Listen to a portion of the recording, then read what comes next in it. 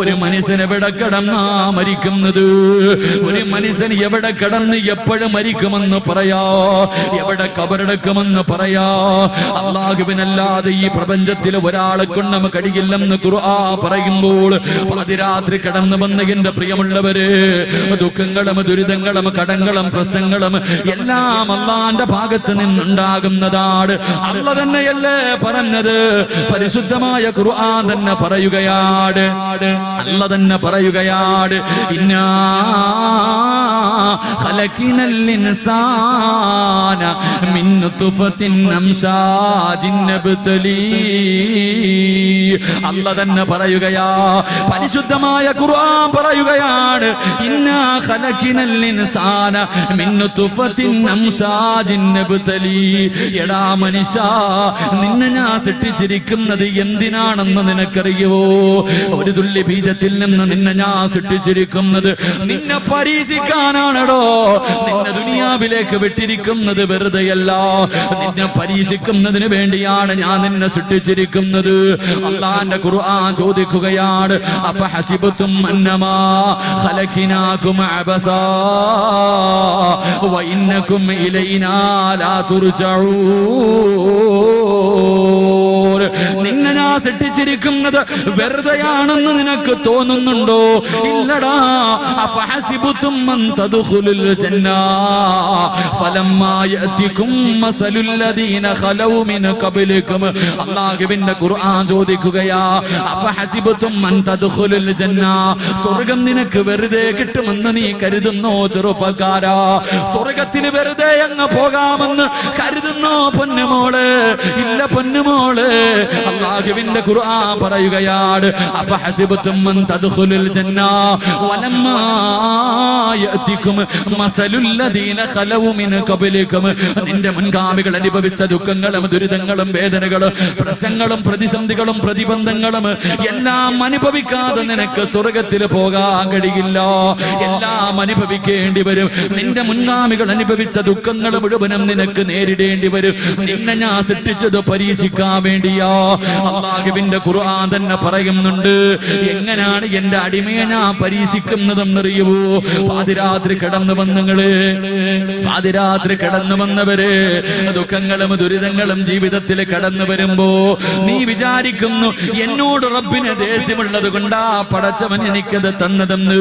അല്ല ചെറുപ്പക്കാരാ, അല്ല പെങ്ങള്, അല്ലാഹു നിനക്ക് ദുഃഖം തന്നത് നിന്നോട് സ്നേഹമുള്ളത് കൊണ്ടാ, അല്ലാഹുവിന് നിന്നെ വല്ലാത്ത ഇഷ്ടമുള്ളത് കൊണ്ടാ. എന്റെ പ്രിയമുള്ളവരെ, അല്ലാഹുവിന് ചില അടിമകളുണ്ട്. അല്ലാഹുവിന്റെ റസൂൽ പറയുകയാ, അല്ലാഹുവിന് ചില അടിമകളുണ്ട്. ആ അടിമകൾക്ക് സ്വർഗം നിർബന്ധമാണ്. ആ അടിമകൾക്ക് സ്വർഗം നിർബന്ധമാണ്. 30, 40, 50 കൊല്ലം അവൻ ജീവിക്കുകയാ. 30, 40, 50 കൊല്ലം ജീവിച്ചിട്ട് സ്വർഗത്തിൽ പോകാനുള്ള ഒരു അമലും ആ മനുഷ്യൻ തന്റെ ജീവിതത്തിൽ ചെയ്തിട്ടില്ല. പക്ഷേ സ്വർഗം നിർബന്ധമാ. അവസാനം അല്ലാഹു അവന് സ്വർഗം കൊടുക്കാ ചെയ്യുന്നത് എന്തെന്നറിയുവോ? അല്ലാഹു അവന് മാരക രോഗങ്ങൾ കൊടുക്കുകയാണ്. പടച്ചവന് ക്യാൻസർ കൊടുക്കുകയാണ്. അവന്റെ കൈകാലുകൾ മുറിച്ചു മാറ്റുകയാണ്. അവന്റെ മക്കളെ മരിപ്പിക്കുകയാണ്. എന്റെ പ്രിയമുള്ളവരെ, നഷ്ടങ്ങൾ മാത്രം കൊടുക്കുകയാ. എല്ലാം കൊടുത്തിട്ട് അല്ലാഹു അവനെ കൊണ്ട് ശമിപ്പിക്കുകയാണ്. എന്നിട്ട് അതിനു പകരം അല്ലാഹു സ്വർഗം കൊടുക്കുമെന്ന് പ്രവാചകം പഠിപ്പിക്കുമ്പോ എന്റെ പ്രിയമുള്ളവരെ, അല്ലാഹു ഇഷ്ടപ്പെട്ടവരെ അല്ലാഹു എങ്ങനെയാ പരീക്ഷിക്കുന്നതെന്നറിയുവോ? അല്ലാഹു ഇഷ്ടപ്പെട്ടവരെ അല്ലാഹു പരീക്ഷിക്കുന്നത് എങ്ങനെയെന്നറിയുമോ? അതും ഖുർആൻ തന്നെ പറഞ്ഞു തരുന്നുണ്ട്.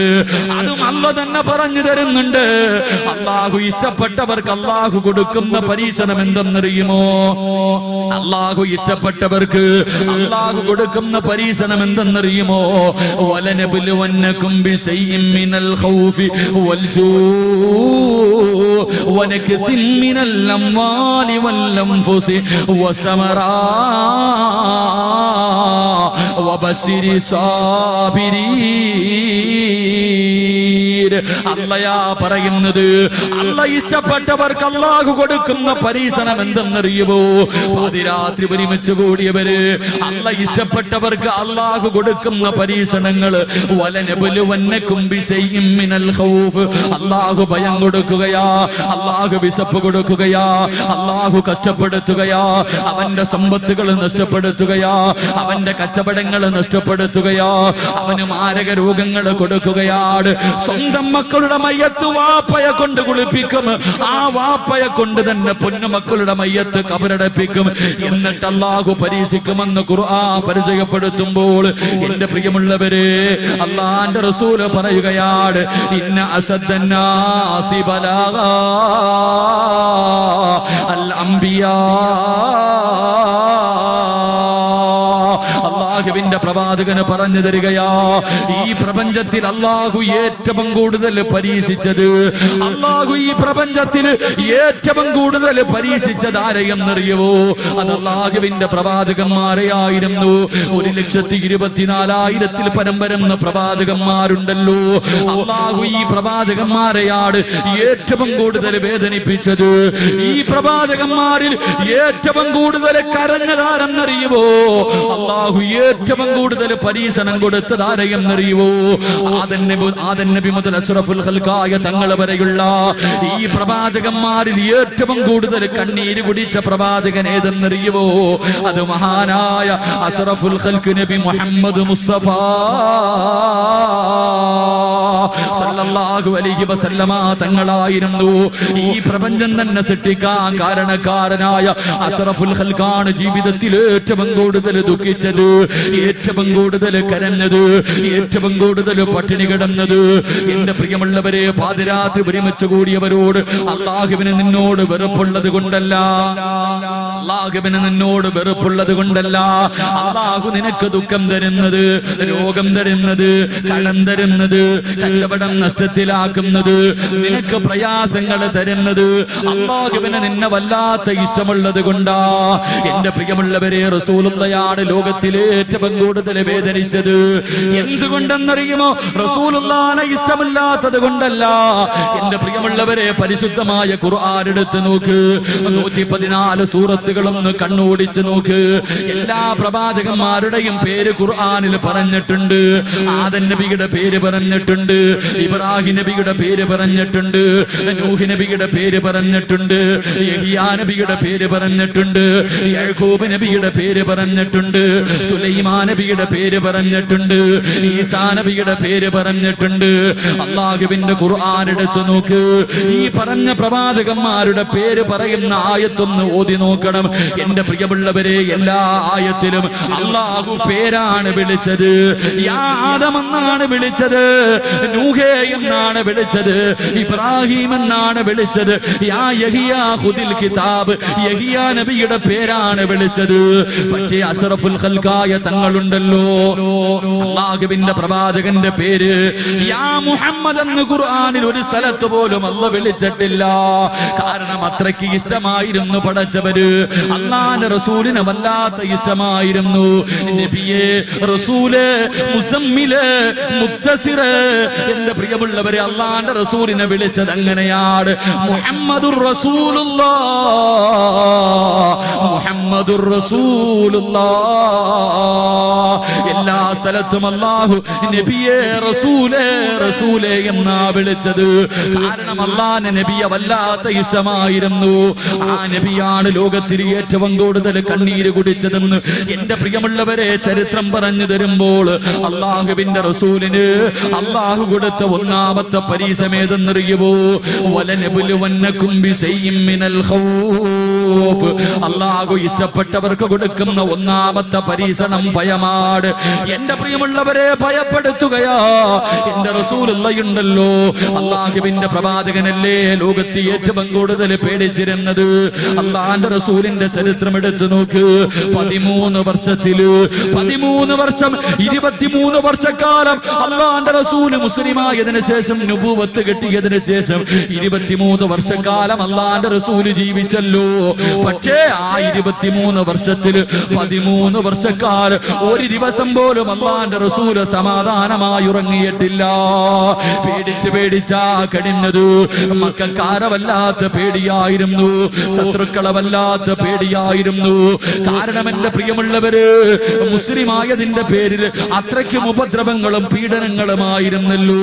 മഹാനായ പ്രവാചകൻ സല്ലല്ലാഹു അലൈഹി വസല്ലമ തങ്ങൾ മരുഭൂമിയിലൂടെ നടന്നു പോകുമ്പോ മഹാനായ സയ്യിദുനാ ബിലാൽ റളിയല്ലാഹു തആല അൻഹു മുസ്ലിമായതിന്റെ പേരിൽ പടച്ചവനെ ഉടുതുണിയുരിഞ്ഞിട്ട് മരുഭൂമിയിൽ മലർത്തി കിടത്തിയിട്ട് കരിമ്പാറയെടുത്ത് തന്റെ നെഞ്ചത്ത് വെച്ചിട്ട് ചാട്ടവാറുകൾ കൊണ്ട് മുസ്ലിമായതിന്റെ പേരിൽ ശത്രുക്കൾ അല്ലാഹുവിന്റെ റസൂലിന്റെ മുന്നിലിട്ട് അതാ ബിലാൽ തങ്ങളെ ഉപദ്രവിക്കുകയാണ്. എന്റെ പ്രിയമുള്ളവരെ, വിശന്നിട്ട് വെള്ളം ദാഹിച്ചിട്ട് വെള്ളത്തിന് വേണ്ടി യാചിക്കുമ്പോ ഒട്ടകത്തിന്റെ മൂത്രമെടുത്തിട്ട് വായിലേക്ക് ഒഴിച്ചു കൊടുക്കുകയാ. ഒട്ടകത്തിന്റെ മൂത്രമെടുത്തിട്ട് വായിലൊടിച്ചു കൊടുക്കുകയാണ്. റബ്ബേ, ബിലാൽ തങ്ങൾ പറയുന്നുണ്ട്, വിശപ്പ് സഹിക്കുമ്പോ എനിക്ക് വിശപ്പവര് ഭക്ഷണം തരാതെ അവസാനം ഒട്ടകത്തിന് കൊടുക്കുന്ന ഭക്ഷണം പോലും ഞാൻ എടുത്ത് കഴിച്ചിട്ടുണ്ട്. എന്റെ പ്രിയമുള്ളവരെ, വല്ലാത്ത പീഡനമാണ്. ഈ പീഡനം അനുഭവിക്കുമ്പോഴും ബിലാൽ തങ്ങൾ അല്ലാഹുവിന്റെ റസൂലിനോട് ചോദിക്കുന്നു, യാ റസൂലല്ലാഹ്, എന്നെ ഒന്ന് രക്ഷിക്കുമോ നബിയേ, എന്നെ ഒന്ന് രക്ഷിക്കുമോ നബിയേ. അല്ലാഹുവിന്റെ റസൂൽ മിണ്ടാതെ നടന്നു പോവുകയാ. എന്റെ പ്രിയമുള്ളവരെ, ചരിത്രം എടുത്തു നോക്കൂ. എന്തിന് അല്ലാഹുവിന്റെ റസൂലുണ്ടല്ലോ, സഹാബത്തിന്റെ കാര്യം പറയണ്ടല്ലോ. മഹാനായ അസ്റഫുൽ ഖൽഖായ തങ്ങളുണ്ടല്ലോ. മക്കയിൽ നിന്ന് മദീനയിലേക്ക് ഹിജ്റ പോകുന്ന സമയത്ത് അല്ലാഹുവിന്റെ റസൂലിന്റെ വീട് മുഴുവനും ശത്രുക്കൾ ആയുധം പിടിച്ചുകൊണ്ട് വളഞ്ഞിരിക്കുകയാ. അല്ലാഹുവിന്റെ റസൂൽ വീടിനകത്ത് കിടക്കുകയാണ്. ശത്രുക്കൾ മുഴുവനും തന്റെ വീട് വളഞ്ഞിട്ടിരിക്കുന്ന സമയത്ത് അല്ലാഹുവിന്റെ പ്രവാചകന് കടന്ന സ്ഥലത്ത് മഹാനായ അലി ഇബ്നു അബീ താലിബ് റളിയല്ലാഹു തആല അൻഹു അല്ലാഹുവിന്റെ റസൂലിന്റെ വിരിപ്പിൽ പിടിച്ച് കിടത്തിയിട്ട് ഖുർആനിലെ സൂറത്ത് യാസീനിലെ ഒരു ആയത്ത് ഓതിയിട്ട് ഒരു പിടി മണ്ണെടുത്ത് വീട് വളഞ്ഞിരിക്കുന്ന ശത്രുക്കളുടെ മുന്നിലിട്ട് അല്ലാഹുവിന്റെ റസൂൽ ഇറങ്ങി പോവുകയാ. അല്ലാഹുവേ, നടന്നു പോകുമ്പോ മഹാനായ സയ്യിദുനാ അബൂബക്കർ സിദ്ദീഖ് റളിയല്ലാഹു തആല അൻഹു അല്ലാഹുവിന്റെ റസൂലിനോട് പറയുന്നു, യാ റസൂലല്ലാഹ്, എന്റെ തോളിലേക്ക് കേറി നബിയേ, എന്റെ തോളിലേക്ക് കേറി നബിയേ. ഈ മരുഭൂമിയിലൂടെ നടന്നു പോയാൽ ശത്രുക്കൾ നമ്മുടെ കാൽപാടുകൾ പിന്തുടർന്നു വന്ന് നമ്മളെ പിടിക്കും നബിയേ, എന്റെ തോളിൽ കേറി നബിയേ. അല്ലാഹുവിന്റെ പ്രവാചകനെ തോളിലെടുത്ത് വെച്ചിട്ട് ചരിത്രം പറയുന്നു, അബൂബക്കർ സിദ്ദീഖ് തങ്ങള് അല്ലാഹുവിന്റെ റസൂലിനെ ചുമലിലെടുത്ത് വെച്ചിട്ട് നടന്നത് എങ്ങനെയെന്നറിയുമോ? നമ്മൾ നടക്കുന്നത് പോലെയല്ല. ഒരു കാലിങ്ങനെ വെക്കും, രണ്ടാമത്തെ കാല് വിപരീതം വെക്കും. ഒരു കാലിങ്ങനെ വെക്കും, രണ്ടാമത്തെ കാല് വിപരീതം വെക്കും. ഇതുപോലെ റസൂലുള്ളാഹിന്റെ തോളിൽ വെച്ചിട്ട് നടന്നു പോവുകയാ. കുറച്ചങ്ങ് മുന്നോട്ട് നടന്നു കഴിയുമ്പോ റസൂലുള്ളാഹിന്റെ തോളിൽ വെച്ചിട്ട് തിരിച്ച് നടക്കുകയാണ്. കാരണം കാൽപാദം മായ്ച്ചു കളയുകയാ, കാലിന്റെ അടയാളങ്ങൾ മായ്ച്ചു കളയുകയോ. ഇതുപോലെ അല്ലാഹുവിന്റെ പ്രവാചകനെ കൊണ്ടുപോയി സൗറ ഗുഹയ്ക്കകത്ത് 3 ദിവസത്തോളം അല്ലാഹുവിന്റെ റസൂല് വിശപ്പ് സഹിച്ചിട്ട് അതിനകത്ത് പട്ടിണി കിടന്ന് ചരിത്രം പഠിപ്പിക്കുമ്പോ പാതിരാത്രി കടന്നു വന്നവര് അല്ലാഹു ഇഷ്ടപ്പെട്ടവർക്ക് അല്ലാഹു കൊടുക്കുന്ന ഒന്നാമത്തെ പരീക്ഷണം പേടിയാ, ഭയം കൊടുത്ത് പരീക്ഷിക്കുകയോ. അത് നിന്നെ ഇഷ്ടമില്ലാത്തത് കൊണ്ടല്ല. നമ്മൾ ആരെയാ പേടിക്കേണ്ടത്? നമ്മളൊക്കെ മുസ്ലിമീങ്ങളാണല്ലോ, അന്ത്യദിനത്തിലെ വിശ്വസിക്കുന്നവരാണല്ലോ. നമ്മൾ ആരെയാ പേടിക്കേണ്ടത്? നമ്മുടെ രാജ്യം ആര് ഭരിക്കട്ടെ, ശത്രുക്കളെ മുഴുവനും ഒറ്റക്കെട്ടായിട്ട് നമുക്കെതിരെ തിരിയട്ടെ. നമ്മൾ ആരെയാ പേടിക്കേണ്ടത്? നമ്മൾ മരണവും കാത്തിരിക്കുന്നവരല്ലേ. ബാങ്കും വിളിച്ചു ഇഖാമത്തും കൊടുത്തു കളഞ്ഞു, ഇനി ഇമാമ് കേറി നിൽക്കുന്ന സമയമല്ലേ. എന്റെ പ്രിയമുള്ളവരെ, കോതമംഗലത്തിലേക്ക് പോകാൻ, ചെറുവട്ടൂരിലേക്ക് പോകാൻ ബസ് ബസങ്കാത്ത് റോഡിൽ നിൽക്കുന്ന ഞാൻ നിങ്ങളും ആരെ ഭയപ്പെടാനോ? എന്റെ പ്രിയമുള്ളവരെ, നമ്മൾ ഒരുത്തരെയും പേടിക്കാൻ പാടില്ല. നമ്മളൊക്കെ മുസ്ലിമീങ്ങളാണ്. ആരൊക്കെ നമുക്ക് എതിരെ തിരിഞ്ഞാലും നമുക്കൊന്നുമില്ല. നമ്മൾ ദജ്ജാലിനെ കാത്തിരിക്കുന്നവരാ. അസ്രായീൽ എപ്പോഴാണ് വരുന്നത്?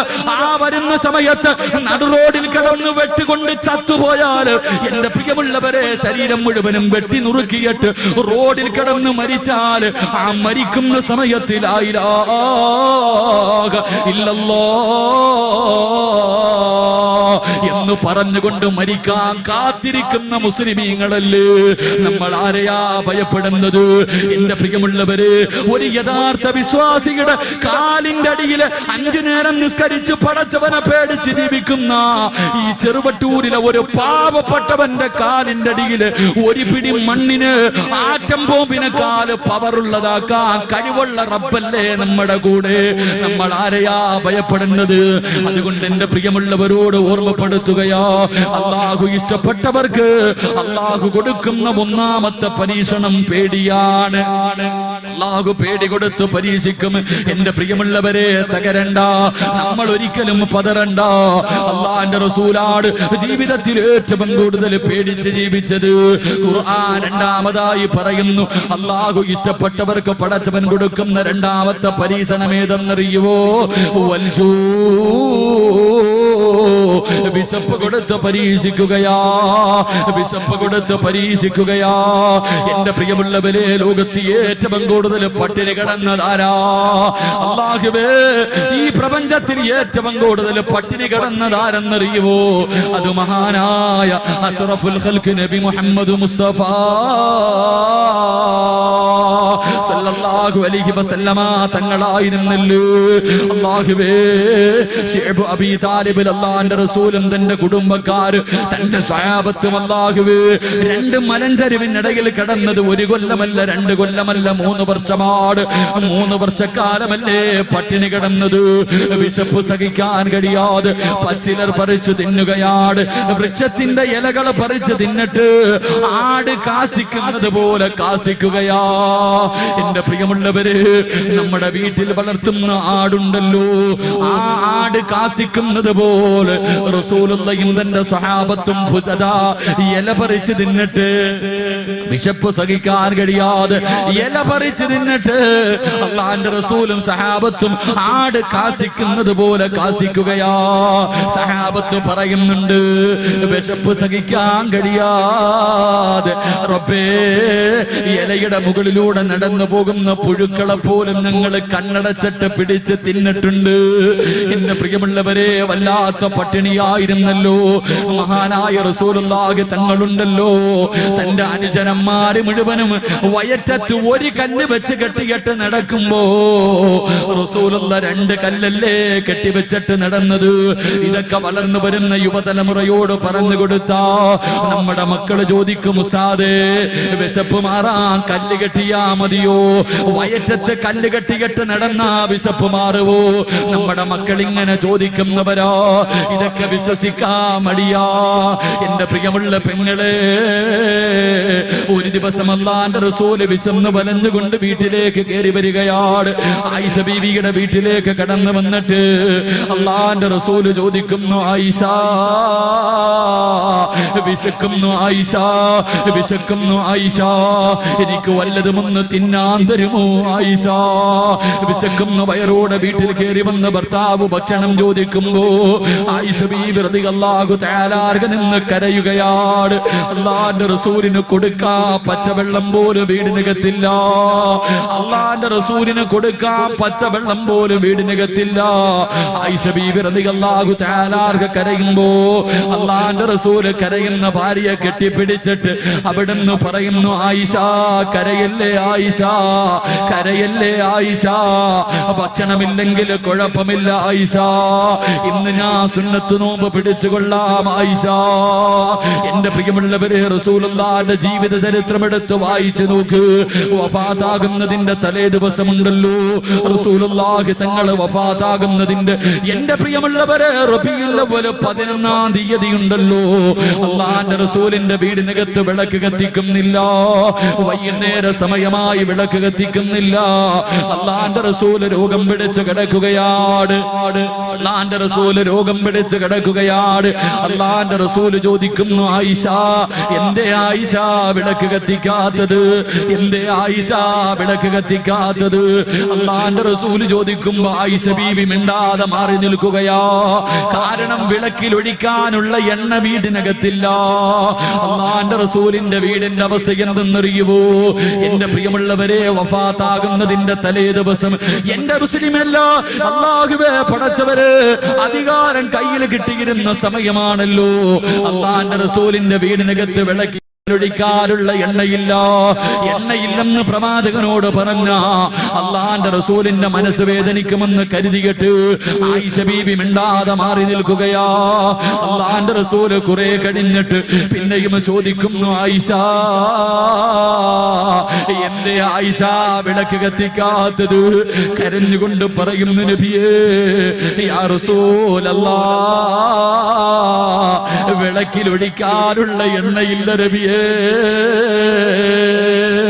വിളക്കിലൊഴിക്കാനുള്ള എണ്ണയില്ല നബിയേ.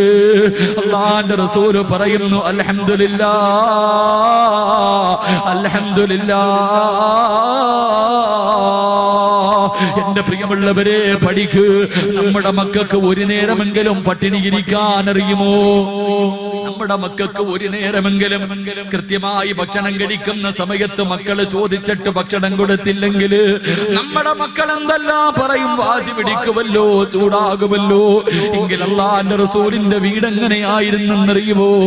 ആയിഷ ബീവി പറയുന്നുണ്ട്, ആയിഷ ബീവി പറയുന്നുണ്ട്, എന്റെ വീട്ടിലെങ്ങാണ് ലൗകാന ഇന്ധനാ ദുഹിനൻ, എന്റെ വീട്ടിലെങ്ങാണം വിളക്കിലൊഴിക്കുന്ന എണ്ണയുണ്ടായിരുന്നെങ്കിൽ, എന്റെ വീട്ടിലെങ്ങാണം വിളക്കിലൊഴിക്കുന്ന എണ്ണയുണ്ടായിരുന്നെങ്കിൽ വിശപ്പ് കാരണം ഞാനതെടുത്ത് കുടിക്കുമായിരുന്നു എന്ന് അല്ലാഹുവിന്റെ റസൂലിന്റെ പ്രിയപ്പെട്ട ഭാര്യ പറയുമ്പോ, എന്റെ പ്രിയമുള്ളവരെ, എന്റെ പ്രിയമുള്ള പെങ്ങളെ, പഠിക്കു പൊന്നുമോള്. നിന്റെ ഉപ്പ ഒരുപാട് പട്ടിണി കിടത്തിയിട്ട് നിന്നെ പോറ്റി വളർത്തിയതാ. ഇന്ന് നീ മറന്നുപോയല്ലോ. ഇന്ന് നമ്മൾ പലരും അത് മറന്നുപോയല്ലോ. മഹാനായ അസ്റഫുൽ ഖൽഖായ തങ്ങളുടെ ജീവിതം എങ്ങനെയെന്നറിയുമോ?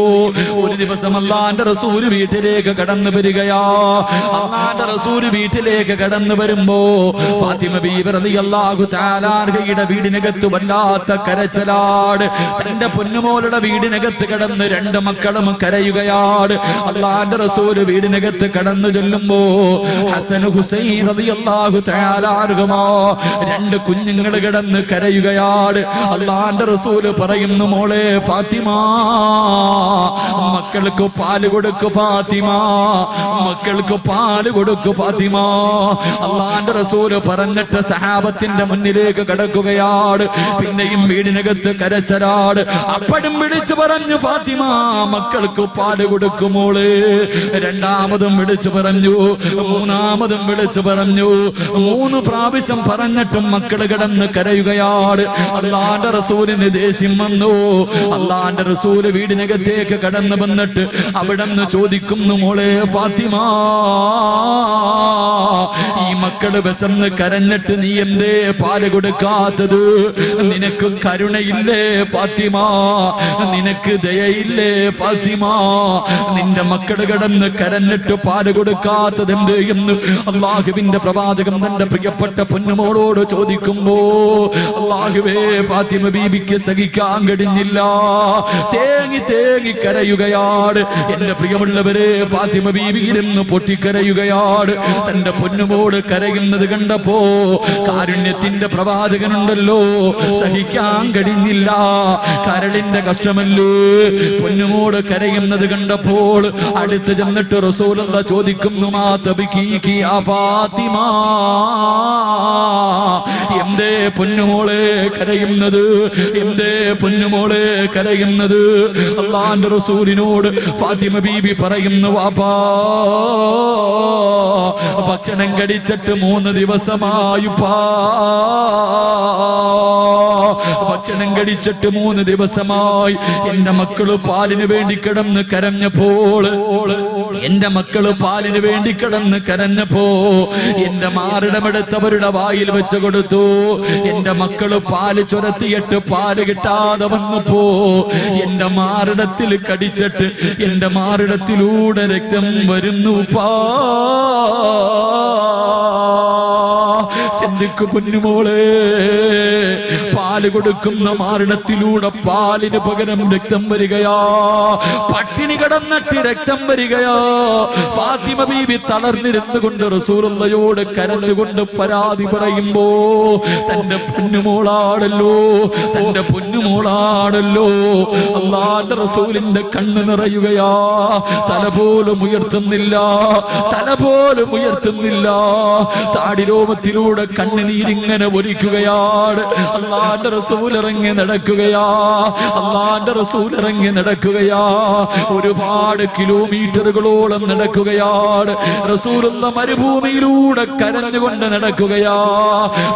നടന്നൊരു ഈന്തപ്പന തോട്ടത്തിന്റെ മുന്നിലെത്തി. അല്ലാഹുവേ, ഒരു അറാബിയുടെ ഈന്തപ്പന തോട്ടമാണ്, ഒരു അറാബിയായ മനുഷ്യന്റെ തോട്ടമാണ്. ആ മനുഷ്യൻ അറിയില്ല ഈ വരുന്നത് അല്ലാഹുവിന്റെ റസൂലാണെന്ന്. ആ മനുഷ്യനറിയില്ല. ആ മനുഷ്യൻ ഇന്ന് വരെ നബിയെ കണ്ടിട്ടില്ല.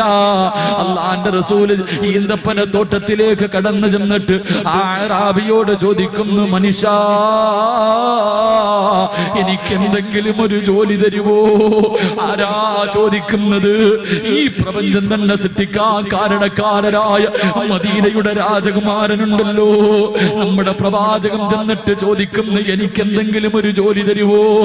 യഹൂദി പറയുകയാ, ഒരു തൊട്ടി വെള്ളം കോരിയിട്ട് ഈ കാണുന്ന മരങ്ങൾ നനച്ചാ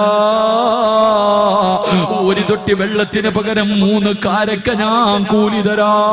അല്ലാഹുവിന്റെ റസൂലിന് ജോലി കിട്ടിയ സന്തോഷത്തോട് പ്രവാചകനെ തൊട്ടിയം കയറെടുത്തുകൊണ്ട് കിണറ്റിന്റെ ചുവട്ടിൽ ചെന്നിട്ട് വെള്ളം കോരുകയാ. ഒരു തൊട്ടി വെള്ളം കോരിയിട്ട് എല്ലാ മരത്തിന്റെ ചുവട്ടിൽ കൊണ്ടുവന്നൊഴിക്കുകയാണ്. രണ്ടാമതും വെള്ളം കോരി, മൂന്നാമതും വെള്ളം കോരി. സുബ്ഹാനല്ലാഹ്, നാലാമത് വെള്ളം കോരാ. തൊട്ടിയും കയറുമെടുത്ത് കിണറ്റിലേക്കിടുമ്പോൾ, തൊട്ടിയും കയറുമെടുത്ത് കിണറ്റിലേക്കിടുമ്പോ എന്റെ പ്രിയമുള്ള പെങ്ങളെ, റസൂലുള്ള 4ാമതും തൊട്ടിയെടുത്ത് കിണറ്റിലിടുമ്പോ കയറടിഞ്ഞിട്ട് തൊട്ടി വെള്ളത്തിൽ വീഴുകയാ. കയറടിഞ്ഞു പോയി, തൊട്ടി വെള്ളത്തിൽ വീഴുകയാ. യഹൂദി കടന്നു വന്നിട്ട് അല്ലാഹുവിന്റെ റസൂലിന്റെ മുഖത്തടിക്കുകയാ. കിണറ്റിൽ തൊട്ടിയിട്ടതിന്റെ ദേഷ്യത്തില് അല്ലാഹുവിന്റെ റസൂലിന്റെ മുഖത്താഞ്ഞടിക്കുകയാണ്. അല്ലാഹുവിന്റെ റസൂലൊന്നും മിണ്ടിയില്ല, പ്രവാചകനൊന്നും മിണ്ടിയില്ല. കിണറ്റിനകത്ത് വീണ തൊട്ടിയെടുക്കുകയാ. റസൂലുള്ള കിണറ്റിനകത്ത് വീണ തൊട്ടിയെടുത്തു. എന്നിട്ട് അറാബിയുടെ കയ്യിൽ കൊണ്ട് കൊടുത്തിട്ട് ചോദിക്കുന്നു, മനുഷ്യ, 3 തൊട്ടി വെള്ളം ഞാൻ കോരിയല്ലോ, എന്റെ കൂലിയൊന്ന് തരുവോ? അല്ലാഹുവിന്റെ റസൂല് ദേഷ്യപ്പെട്ടില്ല. അല്ലാഹുവിന്റെ റസൂല് ചോദിച്ച്, എന്റെ കൂലിയൊന്ന് തരുവോ? 9 കാരക്കയെടുത്ത് യഹൂദി അല്ലാഹുവിന്റെ റസൂലിന്റെ കയ്യിൽ വെച്ചു കൊടുത്തു. റസൂലുള്ളാഹിന്റെ പുഞ്ചിരിയാണ്. അല്ലാഹുവേ, അടിച്ച മനുഷ്യന്റെ മുഖത്ത് നോക്കിയിട്ട് റസൂലുള്ള ചിരിക്കുകയാണ്. അതാ 9 കാരക്കയും കയ്യിൽ വെച്ചുകൊണ്ട് റസൂലുള്ള ഓടുകയാ. ഈന്തപ്പന തോട്ടത്തിൽ നിന്ന് ഇറങ്ങി ഓടുകയാണ്. ഓടി തന്റെ പൊന്നുമോള് ഫാത്തിമ ബീവിയുടെ വീടിനകത്തേക്ക് ഓടിച്ചെന്നിട്ട് വിശന്ന് തളർന്നു കിടക്കുന്ന 2 മക്കളെ എടുത്ത് മടിയിൽ വെച്ചിട്ട് അല്ലാഹുവിന്റെ റസൂൽ റസൂല് കാരക്കയെടുത്ത് മക്കളുടെ വായിൽ വെച്ച് കൊടുക്കുകയാ. അല്ലാഹുവേ, ആ മക്കള് വളരെ ആഗ്രഹത്തോടെ അത് തിന്നുകൊണ്ടിരിക്കുകയാണ്. തന്റെ മാറിടത്തിലൂടെ പട്ടിണി ഇരുന്നിട്ട് പാലിന് പകരം രക്തമൊലിപ്പിച്ചുകൊണ്ട് വീടിനകത്തിരുന്ന് കരഞ്ഞ പൊന്നുമോള് ഫാത്തിമ. അള്ളാന്റെ റസൂൽ അടുത്ത് വിളിച്ചിട്ട് ഈത്തപ്പഴമെടുത്ത് തന്റെ കയ്യിൽ കൊടുക്കുമ്പോ ഫാത്തിമ ബീവി നോക്കുമ്പോ റസൂലുള്ളാന്റെ മുഖം ചുമന്ന് കിടക്കുകയാ. പ്രവാചകന്റെ മുഖം ചുമന്ന് കിടക്കുകയാ. അള്ളാന്റെ റസൂല് തന്റെ പൊന്നുമോള് കാണാതിരിക്കാൻ ഇങ്ങനെ മറച്ചു പിടിക്കുകയാ. ഫാത്തിമ ബീവി ഉപ്പാന്റെ മുഖം ചുമന്ന് കിടക്കുമ്പോ അവിടുന്ന് ചോദിച്ചു, വാപ്പാ, ഉപ്പാനെ ആരാടിച്ചത്? കൈയുടെ പാടുണ്ടല്ലോ, കൈയുടെ വിരലുകൾക്കിലെ പാടല്ലാന്റെ റസൂലിന്റെ മുഖത്ത് കിടക്കുകയാ. ഫാത്തിമ ചോദിച്ചു, ഉപ്പാരാ ഉപ്പാനെ തല്ലിയത്? ഫാത്തിമ ബീബി കരഞ്ഞുകൊണ്ട് ചോദിക്കുമ്പോ റസൂലുള്ള നടന്ന സംഭവം പറയുകയാ. അല്ലാന്റെ റസൂലിന്റെ പൊന്നുമോള് വീടിനകത്തിരുന്ന് കരയുമ്പോ വാപ്പ തന്റെ പൊന്നുമോളെ ചേർത്ത് പിടിച്ചിട്ട് പറയുന്നു, ഫാത്തിമ, നമ്മുടെ മക്കളുടെ മുഖത്തേക്കൊന്ന് നോക്ക് ഫാത്തിമ, നിന്റെ മക്കളുടെ മുഖത്തേക്കൊന്ന് നോക്ക് ഫാത്തിമ. ഭക്ഷണം കിട്ടിയ സന്തോഷത്തോടെ ആ കുഞ്ഞുങ്ങളുടെ ചിരിയൊന്നു നോക്ക് ഫാത്തിമ. എന്റെ പ്രിയമുള്ളവര്, ഈ റസൂലുള്ള വയറ്റിലെ കല്ല് വെച്ച് കെട്ടിക്കെട്ട് നടന്നു പോകുമ്പോ ജിബ്രീല് കരഞ്ഞുകൊണ്ട് ചോദിക്കുന്നു, യാ റസൂലല്ലാഹ്, എന്തിനാ നബിയേ ഇങ്ങനെ പട്ടിണി കിടക്കുന്നത്? എന്തിനാ ഇങ്ങനെ വിശന്ന് നടക്കുന്നത്? വയറ്റിലെ കല്ല് വെച്ച് കെട്ടിക്കെട്ട് നടക്കുന്നത് കാണാൻ കഴിയുന്നില്ല നബിയേ, ഒന്ന് അനുവാദം തരുമോ? ഈ കാണുന്ന ഉഹദ് മല ഞാൻ സ്വർണമാക്കി തരാ നബിയേ. എവിടെ പോയാലും കൂടെ വരും നബിയേ, എവിടെ പോയാലും കൂടെ വരും നബിയേ. അല്ലാഹുവിന്റെ റസൂല് പറയുന്നു, ജിബ്രീൽ, എനിക്ക് പണം വേണ്ട ജിബ്രീൽ, എനിക്ക് സമ്പത്ത് വേണ്ട ജിബ്രീൽ, എനിക്ക് സ്വർണ്ണക്കെട്ട വേണ്ട ജിബ്രീൽ, എനിക്ക് പാവപ്പെട്ടവനെ പോലെ ജീവിച്ച് പാവപ്പെട്ടവനെ പോലെ വഫാത്തായി നാളെ പാവപ്പെട്ടവരുടെ കൂട്ടത്തില് പടച്ചവന്റെ കോടതിയിൽ ഒരുമിച്ച് കൂടണം ജിബ്രീൽ. അതുകൊണ്ട് എന്റെ പ്രിയമുള്ളവരോട്, എന്റെ പ്രിയമുള്ളവരെ, പട്ടിണി കടന്നു വരുമ്പോ, പൈസ നിരോധിച്ചപ്പോ എന്റെ പ്രിയമുള്ളവരെ എല്ലാവരും പ്രയാസത്തിലാ. അല്ലാഹുവിന്റെ റസൂല് പറയുന്നു, അല്ലാഹുവിന്റെ ഖുർആൻ പറയുന്നു, അല്ലാഹ് ഇഷ്ടപ്പെട്ട അടിമയ്ക്ക് കൊടുക്കുന്ന രണ്ടാമത്തെ പരീക്ഷണം വൽജൂ. അല്ലാഹു അവന് വിശപ്പ് കൊടുത്ത് പരീക്ഷിക്കുമെന്ന് നബിയുനാ റസൂലുള്ളാഹി സല്ലല്ലാഹു അലൈഹി വസല്ലം. ഏറ്റവും കൂടുതൽ പട്ടിണി കടന്നത് മഹാനായ അഷ്റഫുൽ ഖൽഖി നബി മുഹമ്മദ് മുസ്തഫ സല്ലല്ലാഹു അലൈഹി വസല്ലം. ഇവിടെ മക്കളോടൊക്കെ അല്ലാഹുവിന്റെ റസൂലും സഹാബത്തും വയറ്റിൽ കല്ല് വെച്ച് കെട്ടിയിട്ട് നടന്ന നമ്മള് മക്കളെ ചോദിക്കുക, ഇതൊക്കെ ഉള്ളതാണോ അല്ലേ? ഇവിടെ മക്കൾക്ക് ഒരു ദിവസമെങ്കിലും പട്ടിണി കിടക്കാനും, ഇവിടെ മക്കൾക്ക് ഉച്ചയ്ക്ക് 1 മണിക്ക് ചോറുണ്ടെന്നവൻ ഒരു ദിവസം കൊടുക്കാതിരുന്ന് നോക്കാം. അവന്റെ സ്വഭാവം അറിയാം, അവന്റെ സ്വഭാവം അങ്ങനെ അറിയാം. മക്കളെ പഠിപ്പിക്കുക, പട്ടിണി എന്താണെന്ന് ഒരിക്കലെങ്കിലും മക്കളെ പഠിപ്പിക്കുക. എങ്കിലേ വളർന്നു വരുമ്പോ അവന് നിന്റെ വില മനസ്സിലാവും. അവന്റെ വില അപ്പോഴേ നമ്മുടെ മക്കൾക്ക് മനസ്സിലാവും. അല്ലാഹു ഈമാൻ നൽകി അനുഗ്രഹിക്കുമാറാകട്ടെ.